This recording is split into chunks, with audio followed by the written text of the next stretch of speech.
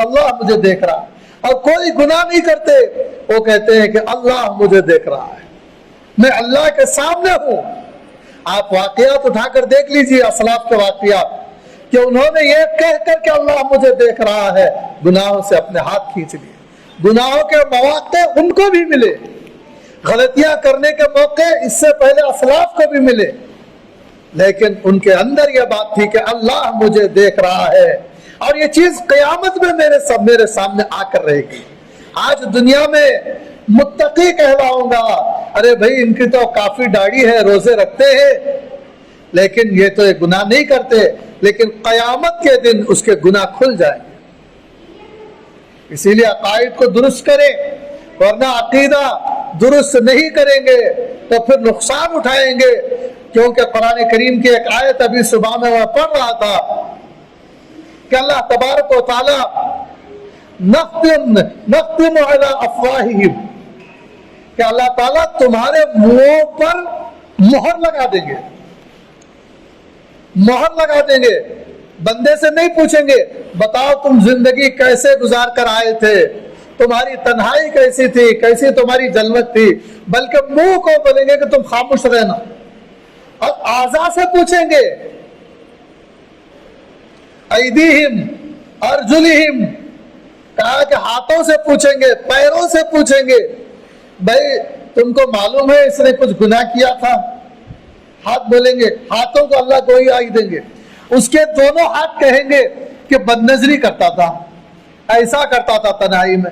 پیر بولیں گے کہ ایسی ایسی جگہوں پر جاتا تھا، ایسی ایسی محفلوں میں جاتا تھا۔ بولیں گے اللہ تعالیٰ کے سامنے۔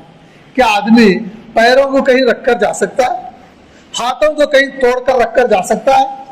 لوگوں سے چھپ سکتا ہے، اپنے ہاتھوں سے کیسے چھپے گا؟ اپنے پیروں سے کیسے چھپے گا؟ اللہ تعالیٰ ہاتھ سے پوچھ لیں گے، پیر سے پوچھ لیں گے، ہاتھ پیر گواہی دیں گے کہ کیسے کیسے گناہ کرتا تھا، تو کیا ہوگا؟ اسی لیے ہم کو یہ عقیدہ رکھنا چاہیے کہ اللہ دیکھتا ہے، اللہ مجھے تنہائی میں بھی دیکھ رہا ہے، اس لیے تنہائی میں میں کیا نیک عمل کروں۔ یہ سوچو، تنہائی مل گئی ہے، کوئی نہیں دیکھ رہا ہے، لیکن اللہ مجھے یہاں بھی دیکھ رہا ہے۔ اب میں اس تنہائی میں اللہ کو کیا منظر دکھا سکتا ہوں؟ میں مراقبہ کر سکتا ہوں، میں تلاوت کر سکتا ہوں، میں توبہ کر سکتا ہوں، میں نفلیں پڑھ سکتا ہوں۔ اس لیے اپنے عقیدے کو درست کریں۔ ہمارے اکابر کا یہ طریقہ تھا۔ امام اعظم ابو حنیفہ رحمۃ اللہ علیہ کے بارے میں آتا ہے کہ وہ دن میں بھی تلاوت کرتے تھے، تراویح میں بھی تلاوت سنتے تھے، اور اسی طرح رات میں بھی جا کر تلاوت کرتے تھے۔ کئی قرآن ختم کر لیتے تھے پورے رمضان کے اندر۔ یہ اصل میں آخرت کی سچی فکر اور طلب رکھنے والے تھے، آخرت کی اہمیت کو سمجھنے والے تھے۔ آج ہم دنیا کے پیچھے بھاگنے والے، کپڑوں کے پیچھے بھاگنے والے ہیں، کھانے پینے کے پیچھے بھاگنے والے ہیں۔ بھائیو، یہ سارے مسئلے رمضان سے پہلے حل کر لو۔ جوتے خریدنا ہے خرید لو، اور جو ہے کپڑے بنانا ہے بنوا لو، جو چیزیں لینا ہے لے لو۔ اپنے رمضان کو دکانوں میں مت گزارو، نمازوں کو ضائع کر کے مت گزارو، تراویح کو ضائع کر کے مت گزارو، اور جو ہے عورتیں اپنے رمضان کو خرید و فروخت میں بے پردگی میں دکانوں کے پاس مت گزارو، بلکہ روزے رکھو۔ یہ ایسا مہینہ ہے، 11 مہینے کی جیسے گاڑی کو سروس کے لیے چھوڑتے ہیں نا، یہ روحانی سروس کا زمانہ ہے، جسمانی سروس کا زمانہ ہے۔ گناہوں کو چھوڑو تاکہ روح نہ بگڑے، عبادتوں کو کرو تاکہ روح سنورتی چلی جائے۔ روزہ سحریوں کو بھی بہت زیادہ مت کھاؤ، بقدر ضرورت کھاؤ، تاکہ ساتھ میں جسمانی فائدے بھی ہو۔ اگرچہ کہ نیت کرنے کی ضرورت نہیں ہے، لیکن دین میں دنیا کا بھی فائدہ ہے۔ اور افطار میں بھی اتنا نہ کھاؤ کہ جو ہے تہجد کو نہ اٹھ سکو، سحری میں آنکھ نہ کھل سکے، بلکہ افطار بھی اتنی ہلکی پھلکی کرو کہ تہجد پڑھ سکو۔ تہجد کے بعد جو ہے 2-4 رکعت تہجد پڑھ لینے کے بعد سحری کر سکو، اور سحری بھی اتنی معمولی کرو اور بقدر ضرورت کرو کہ فجر کی نماز آرام سے پڑھ سکو، اور اس کے بعد اشراق قوابین بھی پڑھ سکو، نیند کا بہت زیادہ غلبہ نہ ہو۔ کیونکہ حضرت امام یوسف رحمۃ اللہ علیہ کا قصہ ہے کہ آپ جو ہے نفلوں پر نفلیں دن بھر پڑھا کرتے تھے، بہت زیادہ مقدار میں نفل ہو جاتی تھی رمضان میں. حالانکہ یہ لوگ سال بھر بہت مصروف رہنے والے لوگ ہیں، لیکن رمضان کے لیے اپنے آپ کو ایسا فارغ کرتے تھے کہ نمازیں بھی 5 وقت کی ہو رہی ہیں، نفلیں بھی ہو رہی ہے، قرآن کریم کی تلاوت بھی ہو رہی ہے. اور بھی اسی طرح آپ اسلاف کے واقعات اٹھا کر دیکھیں گے. حضرت حسین احمد مدنی رحمۃ اللہ علیہ، حضرت گنگوئی رحمۃ اللہ علیہ، حضرت تھانوی رحمۃ اللہ علیہ، حضرت زکریا صاحب کاندھلوی رحمۃ اللہ علیہ، یہ لوگوں کو دیکھیں گے مصروف ترین لوگ ہیں، لیکن رمضان میں لوگوں سے ملاقاتیں بھی ترک کر دیتے تھے، اسفار بھی ترک کر دیتے تھے، رمضان سے پہلے کر لیتے تھے، اور لوگوں سے خواہ کی ملاقاتیں بھی نہیں کرتے. کہنا یہ ہے کہ اپنے عقائد کو درست کرو، ظاہر میں بھی عبادت کرو، 5 وقت کی نمازیں پڑھو، اشراق کا موقع ہے تو اشراق پڑھو، اوابین کا موقع ہے مغرب کے بعد اوابین پڑھو. ایسا نہیں کہ مغرب کے 2 رکعت جو ہے سنت 2 رکعت نفل پڑھے اور چلے گئے، اوابین چھوڑ دیے. اوابین بھی پڑھو. جب ہمارے اسلاف اس کی اتنی قدر کرتے تھے، اور ہمارے اسلاف تعلقات کو ختم کر دیتے تھے بزرگان دین. آپ اٹھا کر پڑھیے، ہم ان کی زندگیوں پر نہیں پڑھتے. حضرت علی میں رحمۃ اللہ علیہ کے تاریخ دعوت و عظیمت کتاب ہے، کئی جلدوں میں، پڑھیے. رمضان میں موقع ہو تو ذرا دیکھیے. تذکرۃ الرشید پڑھیے، اشرف السوانح پڑھیے، یہ بزرگوں کے زندگیاں پڑھیے. پتہ چلے گا کہ انہوں نے اپنی زندگیوں کو کیسے گزارا، اور آج ہم کھیل کود کر گزار رہے ہیں. ارے اچھے تعلقات کو ختم کرتے تھے اور اللہ کی طرف لپکتے تھے، اور لعلکم تتقون کا مصداق بننے کی کوشش کرتے تھے. اور آج ہم لوگ رمضان میں بھی ایسے تعلقات کو نہیں ترک کرتے جو تعلقات کو کبھی نہیں رکھنا چاہیے، عام دنوں میں بھی نہیں رکھنا چاہیے. بعض لوگ ایسے لوگوں سے تعلق رکھتے ہیں جو ان کو گناہوں پر اکساتے ہیں، گناہوں کی ترغیب دلاتے ہیں، مل جل کر گناہ کرتے ہیں. ایسے لوگوں کے ساتھ رہ کر اچھے لوگ بگڑ جاتے ہیں.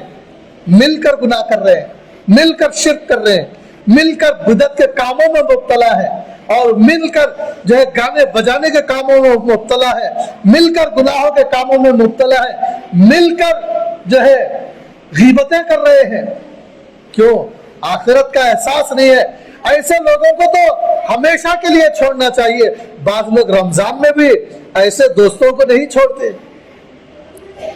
اور ایسا رمضان کا وقت وہ ایسوں میں گزار دیتے ہیں.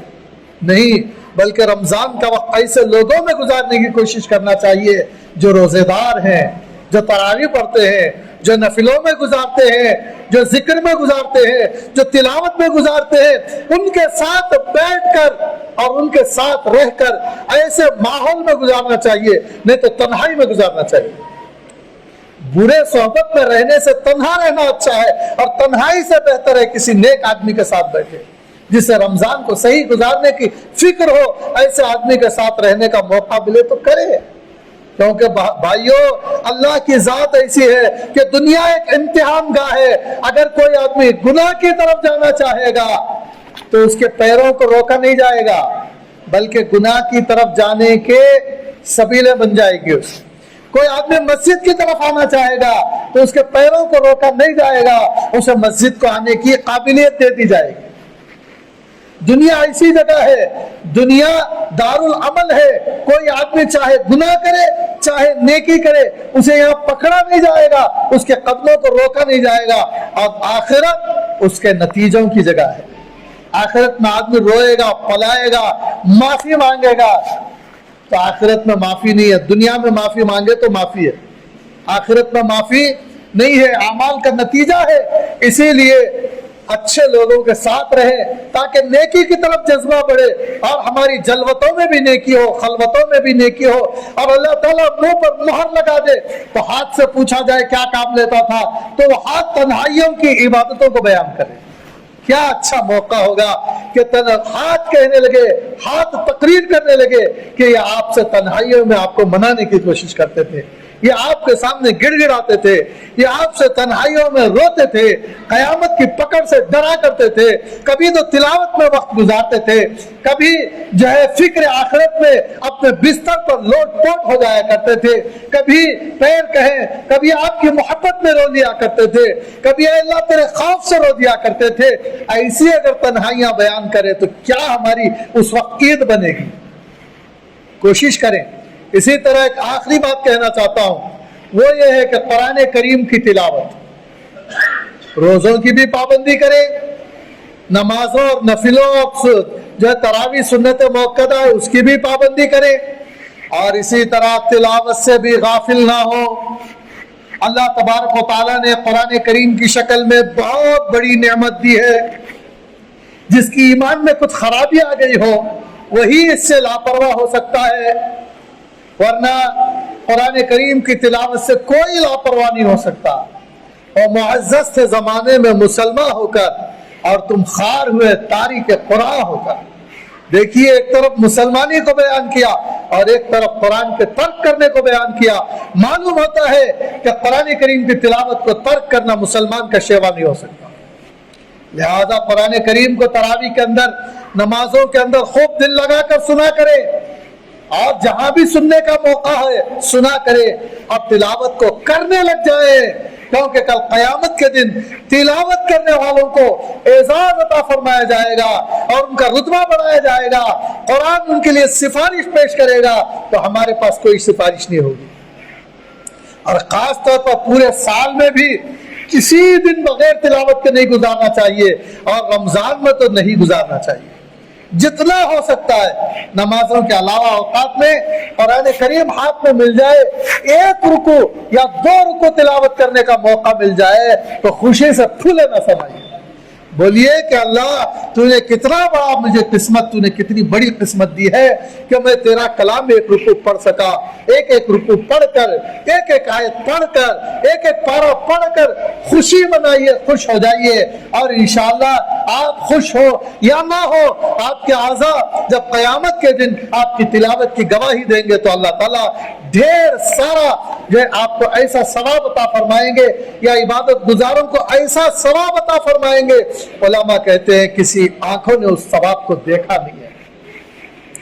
گنہگاروں کے لیے ایسا عذاب ہے جو ناقابل برداشت ہے، برداشت ہو یا نہ ہو لیکن اسے گنہگار کو جانا ہے، سزا بھگتنا ہے۔ اور نیکوکاروں کے لیے ایسا ثواب ہے کہ اس نے سوچا بھی نہیں ہے کہ مجھے ایسا ثواب دیا جائے گا، ویسی نعمتیں، ویسا ثواب، ویسا اجر، ویسی قدردانی، ایسی عزت افزائی کہ آدمی کہے گا کہ میں کتنا اچھا ہوا نیکیوں میں لگ کر۔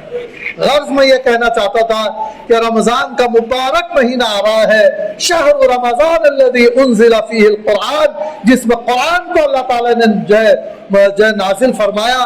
قرآن کا مہینہ کہہ لیجئے، اللہ کا مہینہ کہہ لیجئے، برکتوں کا مہینہ کہہ لیجئے، روزوں کا مہینہ کہہ لیجئے، گناہوں سے توبہ کرنے کا مہینہ کہہ لیجئے، جو چاہے کہہ لیجئے، بڑی بڑی نسبتیں اس پر صادق آ رہی ہیں۔ بس یہ رمضان المبارک کا مہینہ سے ہم کو فائدہ اٹھانا چاہیے۔